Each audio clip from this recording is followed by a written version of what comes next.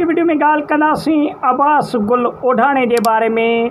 त अब्बास गुल ओढ़ाणो केरु ऐं किथां जो आहे ऐं उन खां अलावा सिंध में उन जूं केतिरा ड्रामा ऐं केतिरियूं फिल्मूं रिलीज़ थी चुकियूं आहिनि।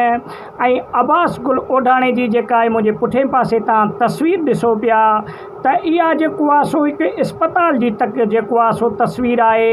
छा अब्बास गुल ओढ़ाणे जी तबियत ख़राबु आहे? छा अब्बास गुल ओढ़ाणे जी तबियत सीरियस आहे? दोस्तो छा अब्बास गुल ओढ़ाणो हिन वक़्तु कहिड़ी सूरत हाल में आहे इहा बि ॻाल्हि तव्हांखे हिन वीडियो में ॿुधाईंदासीं।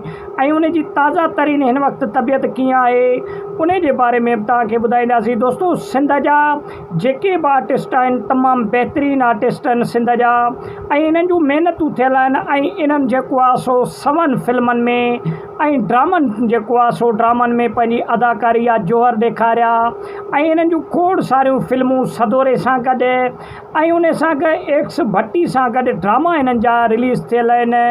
ऐं अब्बास गुल ओढ़ाणो बि सिंध जे तारीख़ जो हिकु बहितरीनु आर्टिस्ट आहे ऐं हिकु बहितरीनु अदाकार आहे। ड्रामा सीरियल में अब्बास गुल ओढ़ाणे जी तमामु वॾी दर्दनाक कहाणियूं ऐं दास्तान आहिनि।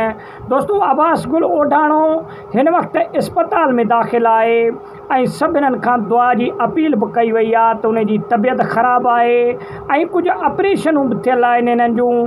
त छा किथे जेको आहे सो के माण्हू चवनि था त गुर्दा इन्हनि जा ख़राबु हुया अब्बास गुल ओढ़ाणे जा, लेकिन हिन वक़्तु कामयाबु ऑपरेशन करे अब्बास गुल ओढ़ाणे खे सिहतमंद कयो वियो आहे।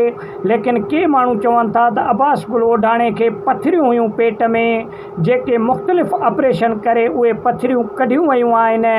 हिन वक़्तु उन जी सिहत ख़तरे खां त ॿाहिरि आहे लेकिन इस्पताल में दाख़िल आहे। उन जी दवा दारू हले पई थी ऐं उन जो इलाज हलंदड़ आहे दोस्तो अब्बास गुल ओढ़ाणे जो।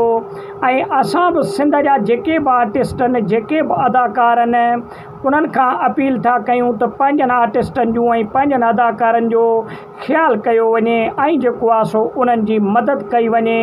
छाजे करे जो आर्टिस्ट असांजे सिंध जा बिल्कुलु नंढड़ा हूंदा आहिनि ऐं इन्हनि जी बजट बि महदूद हूंदी आहे। इन्हनि वटि एॾो पैसो न हूंदो आहे जो इहे वॾनि इस्पतालनि में वञी वॾनि इस्पतालनि में वञी पंहिंजो इलाजु कराए सघनि। इहे जा सिंध सखाफ़त खाते ॾे निहारींदा आहिनि या का एॾी सरंदी वारो को माण्हू अची हिननि जी मदद करे। सिंध जा आर्टिस्ट हिकु बहितरीनु आर्टिस्ट आहिनि ऐं अब्बास गुल ओढ़ाणो बि सिंध जो हिकु बहितरीनु आर्टिस्ट आहे। असां सभिनी दोस्तनि जी दुआ आहे त अब्बास गुल ओढ़ाणो जल्दी सिहतयाब थी पंहिंजनि ड्रामनि में अची वरी कमु करे। वॾी महिरबानी, उमेदु आहे त नंढो वीडियो पसंदि आयो हूंदो। लाइक ऐं शेयर कयो, चैनल खे सब्सक्राइब कयो।